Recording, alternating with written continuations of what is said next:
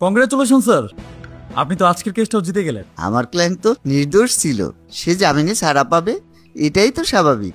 জি sir, আপনার client যে বাচ্চাটাকে ধর্ষণ করেছে সে বাচ্চাটা এখন হাসপাতালের আইসিইউতে ভর্তি, যে কোনো সময় মারা যেতে পারে। অপরাধ প্রমাণ না হওয়া পর্যন্ত কাউকে অপরাধী বলাটা ঠিক না। জি স্যার, সেটা অবশ্য আপনি ঠিক বলেছেন।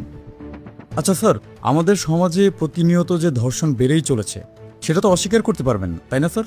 না না, সেটা তো অস্বীকার করার কোনো উপায়। আপনি কি কখনো ভেবে দেখেছেন একজন সুস্থ মস্তিষ্কের মানুষ হিতাহিত জ্ঞান থাকার পরও কিভাবে ধর্ষণের মতো জঘন্য একটা কাজ করতে পারে? আমার কি মনে হয় জানেন স্যার, একজন মানুষ যখন ধর্ষণের মতো ঘৃণিত কাজ করে তখন তার মাথায় একটা স্ট্রং সিগন্যাল তৈরি হয়, যে সিগন্যালটা থেকে তাকে তার ধর্মও দূরে সরাতে পারে না, তাকে তার পরিবার, স্ত্রী, সন্তান কোনো চিন্তায় আর দূরে সরাতে পারে না। সে তখন রাক্ষস হয়ে যায়।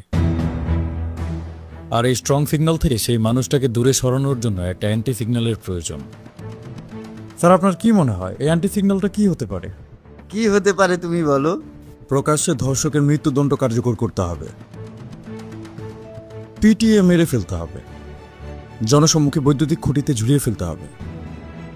মানুষ যখন এই ধরনের রেজাল্ট দেখবে তখন তাদের মধ্যে একটা অ্যান্টি সিগন্যাল তৈরি হবে, সবাই জানবে ধর্ষণের ফল ভালো না, ভয় পাবে মানুষ। বিশ্বাস করেন স্যার, আর কেউ এরকম করবে না। তুমি ঠিক বলেছ।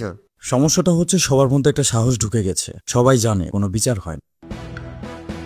আচ্ছা স্যার, যখন ধর্ষণের আলামত প্রমাণিত হয় তারপরে এই বিচারটা করতে 90 দিন লাগার কি কারণ? আমার মাথায় ধরেন।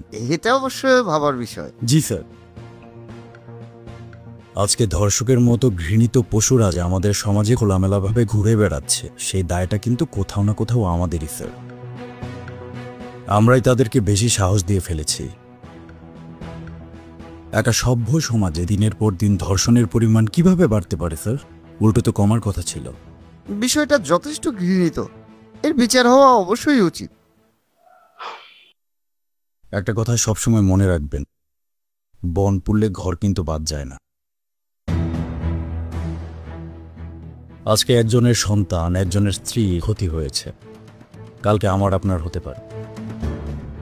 আমি জানি স্যার, আজকে আপনার যে ক্লায়েন্টকে আপনি জামিন করিয়েছেন সে সম্পূর্ণভাবে দোষী, আর আমি এটাও জানি যে আপনি জানেন আপনার ক্লায়েন্ট দোষী।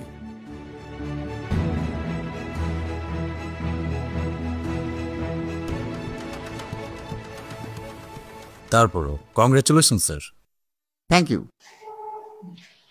স্যার। সে একটু খটকাটা স্বভাবে, তার কথায় কিছু মনে করবেন না।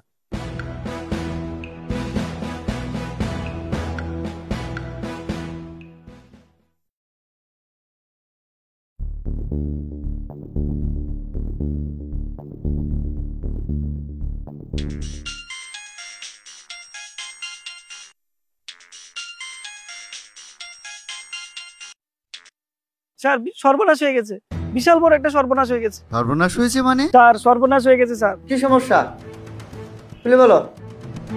স্যার, কারা জানি আপামনিরে বাসার পিছনে ড্রেনের মধ্যে ফালাইয়া গেছে। স্যার, স্যার কথা বলতেছেন না কেন? আমি আপামনিরে নিয়ে হসপিটালে গেলাম, আপনি তাড়াতাড়ি আসেন।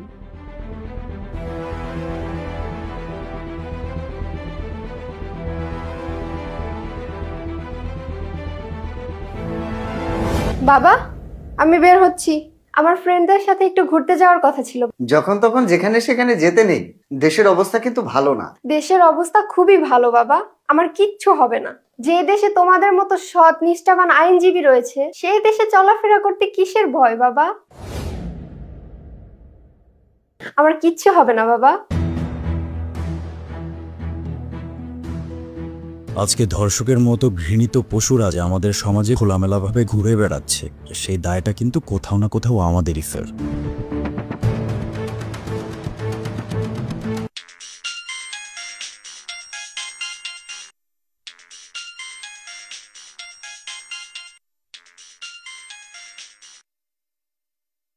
হ্যালো হ্যালো আঙ্কেল, আঙ্কেল কথা বলেন না কেন?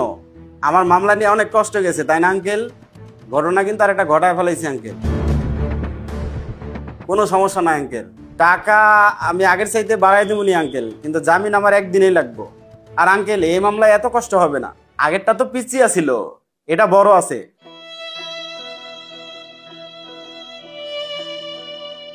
একটা কথা সবসময় মনে রাখবেন, বন পুড়লে ঘর কিন্তু বাদ যায় না। আজকে একজনের সন্তান, একজনের স্ত্রী ক্ষতি হয়েছে, কালকে আমার আপনার হতে পারে।